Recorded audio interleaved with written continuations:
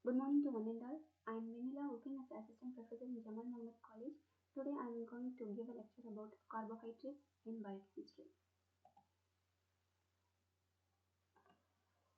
So carbohydrates, one of the nature three classes of organic compounds that other being two fats and proteins.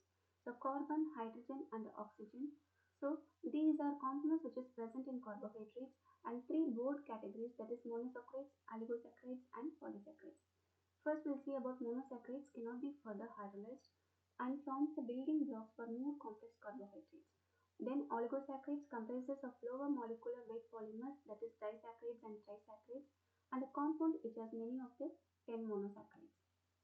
Classification of carbohydrates needs three, we have to see in a classification wise. First one mono, oligo and polysaccharides. So in monosaccharides, triose, tetrose, pentose, hexose will form a. Then in oligosaccharides, disaccharides, trisaccharides and tetrasaccharides, and in polysaccharides we have a pentogens, hexogens and complex polysaccharides.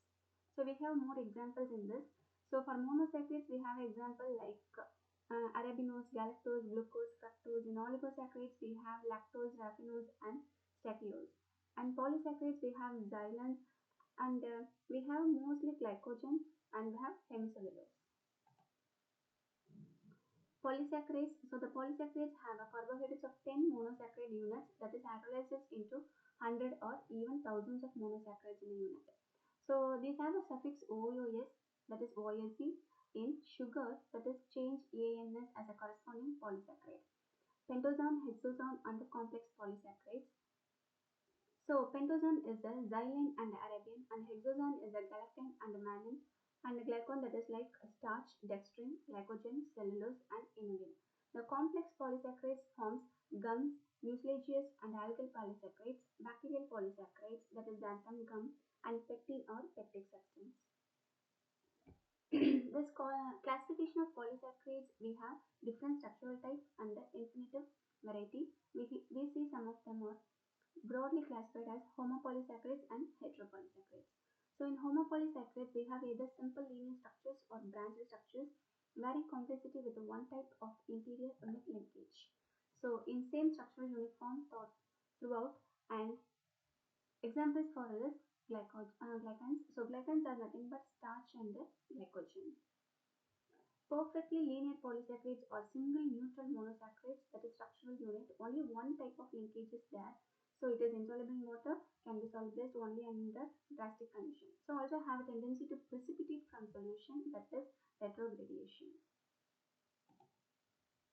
Branched polysaccharides are chain-chain interactions or less pronounced than a linear polysaccharide and more soluble in water. Solution have a lowest viscosity and have a lower tendency to precipitate. So it also forms a sticky paste at higher concentration due to side chain and side chain interaction, suitable as a binder or adhesives. Linear branched polysaccharides are properties combination of perfectly linear and branched polymer. Long backbone chains with a short side chains, example alkyl cellulose. So long backbone chains are high viscosity in solution, that is of solution. So numerous short side chains weaken the interaction between molecules and good solubility and rehydration rates. Stability and a high concentration solution involves.